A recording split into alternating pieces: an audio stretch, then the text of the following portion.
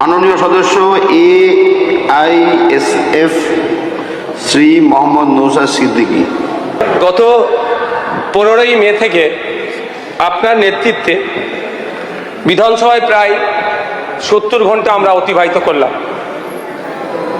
আপনি আপনার নৈপুণ্যতা দেখিয়ে শাসক বিরোধীর মধ্যে সমন্বয়তা রেখে যে কার্যক্রম 18তম বিধানসভার প্রথম অধিবেশনে শেষ করতে চলেছেন, নিশ্চিতভাবে ধন্যবাদযোগ্য। স্যার, আপনার সাথে সাথে প্যানেল স্পিকার তথা অ্যাক্টিং স্পিকার হিসাবে যারা আপনাকে অ্যাসিস্ট করলো তাদেরকেও ধন্যবাদ জানাই।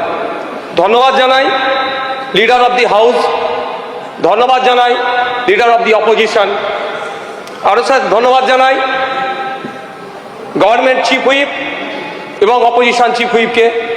সাথে সাথে ধন্যবাদ জানাই স্যার আমাদের বিধানসভার সচিব, আধিকারিক সহ বিধানসভার বিভিন্ন ক্ষেত্রে যে সমস্ত সরকারি কর্মচারীরা আছেন।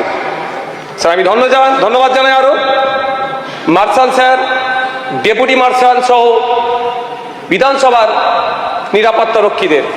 এছাড়াও কলকাতা পুলিশের যারা নিরাপত্তা প্রদানে আমাদের এই বিধানসভায় আছেন তাদেরকেও ধন্যবাদ জানাই। স্যার,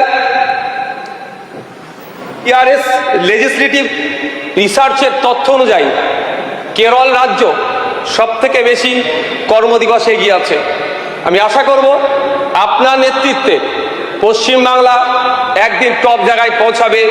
সর্বোচ্চ কর্মদিবস বিধানসভার মধ্যে আপনার নেতৃত্বে হবে।